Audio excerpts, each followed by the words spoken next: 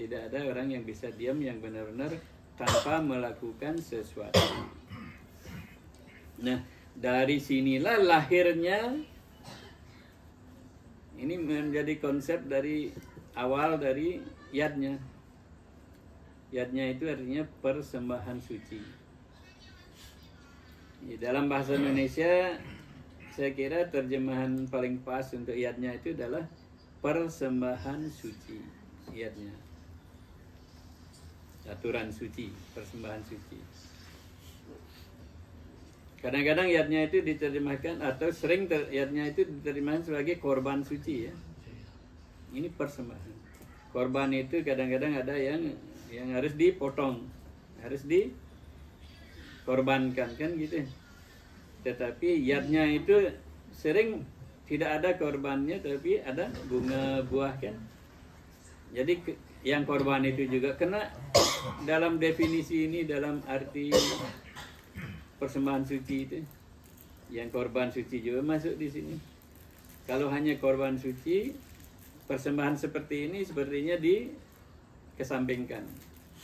Jadi yadnya dalam arti persembahan suci semuanya masuk di sini. Haturan, entah ada korbannya atau tidak, tetap itu yadnya. Jadi yadnya itu tidak berarti hanya kalau ada yang dikorbankan. Nah, karena tidak ada orang bisa diam, orang harus melakukan sesuatu. Orang harus ada karmanya, ada aktivitasnya, harus ada melakukan sesuatu. Bisa enggak tanpa plastik? Biar tidak, nah kan tidak ramai. Tidak ada yang bisa diam. Orang harus melakukan sesuatu. Karma, kri artinya karma, melakukan sesuatu. Aktivitas. Aktivitas itu ada aktivitas batin, ada aktivitas fisik. Jadi, kalau tidak secara fisik orangnya bergerak, batin pasti dia sibuk. Orang tinggal di kamar diam ya, barangkali badannya juga ikut diam, tidak bergerak, tetapi batinnya kemana-mana, pikirannya kemana-mana. Nah, dari sinilah diambil oleh kitab suci kita bahwa karma itu artinya kita melakukan sesuatu. Makanya dunia ini, bumi ini dinamakan karma bumi. Bumi ini tempat kita menciptakan karma. Di sini kita ini sebagai pencipta dari karma kita. Tidak ada yang gratis ya. Apa yang kita lakukan itu ada pahalanya. Ada karma pahala, menjadi karma pahala. Karma itu selalu diikut oleh pahala. Nah, ada karma yang pahalanya baik, ada karma yang pahalanya tidak baik. Ada juga karma yang tidak memberi pahala baik, tidak memberi pahala tidak baik.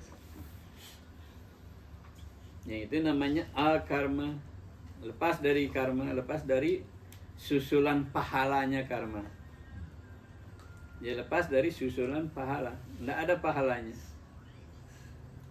Nah, yang tidak ada pahalanya itu hadiah. Kalau pahala, misalnya jadi dosen. Sudah apa level dosennya? Oh, lektor. Segitu dapat gaji kan? Ada tunjangannya segitu. Pas kan? Tidak boleh dikurangi. Dan tidak boleh ditambah. Betul enggak? Seberapa? Segitu. Nah, begitu juga perbuatan kita. Perbuatan kita bagaimana, begitu kita dapat hasilnya. Seberapa, segitu kita dapat pahalanya. Pahala artinya buah. Pahalanya artinya hasil. Hasilnya segitu kita dapat. Kalau yang kampusnya sebagai tukang kebun. Nggak boleh dia dapat gaji segitu kan? Ntar lagi profesor, gajinya juga beda, tunjangannya beda. Sesuai dengan levelnya, sesuai dengan kegiatan kita, kita akan mendapat pahalanya. Kalau perbuatan kita baik, pahala baik susulannya. Kalau perbuatan kita tidak baik, pahala tidak baik susulannya. Gimana Pak Pada di sini? Nanam jagung? Jagung. Kacang. Nanam kacang ini baru panen kacang. Iya. Kacanglah yang dipanen. Iya. Ada nanam jagung untuk dapat padi. Apa yang dilakukan itu yang didapat. Nah, kadang-kadang kita barangkali bisa melupakan apa yang kita lakukan ya.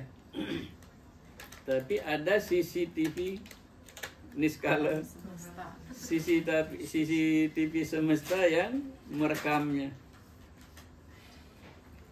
Seperti tadi Pak Made mengatakan gimana kemarin-kemarin kita ya. Sepertinya cerita baru saya dengar itu. Saya lupa. Jadi banyak